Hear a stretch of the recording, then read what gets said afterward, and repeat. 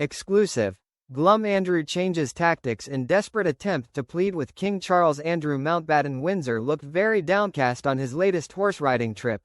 But one expert believes the new glum look is all part of his new master plan. For years, Andrew Mountbatten Windsor clung onto his titles and huge royal residence, despite ongoing scrutiny over his links to Jeffrey Epstein.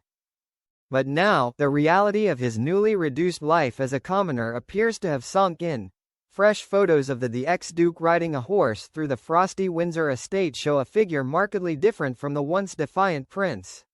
Head bowed, shoulders slumped, and eyes cast strictly downward, Andrew presents a picture of profound gloom.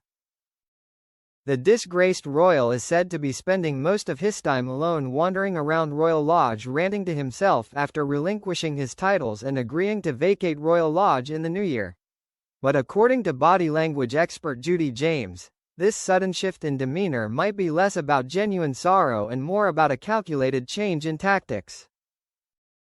We've been treated to the sight of a variety of different body language mood states from Andrew since the scandal opened up, Judy tells the Mirror.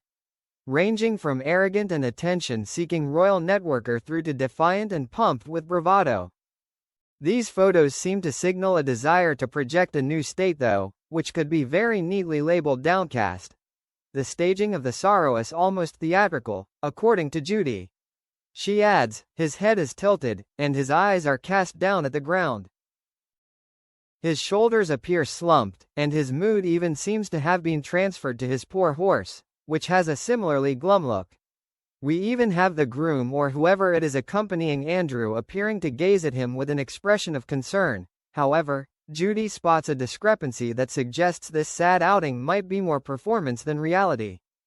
For a man who has spent a lifetime in the saddle, Andrew's posture is suspiciously unequestrian. This is curious stuff though, Judy argues. Firstly, the photos are very clear and sharp, with the background thrown into a professional-looking soft focus. And then there is the question of Andrew's pose, which is unusual for someone who has spent much of their life in the saddle. She continues, it's usually normal to sit upright in the saddle to ensure you're in charge of the horse. Like skiing and other similar sports, it's rare to adopt an overtly moody pose to do it. It should almost be a muscle memory thing. Andrew has been photographed riding on several occasions, with the former prince using it also on escape.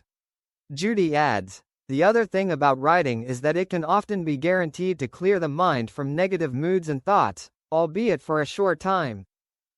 It would be especially bracing in the current wintry spell, with U.S. lawmakers calling for Andrew to testify on his friendship with convicted sex offender Jeffrey Epstein. Pressure is mounting. The former prince vehemently denies all allegations against him.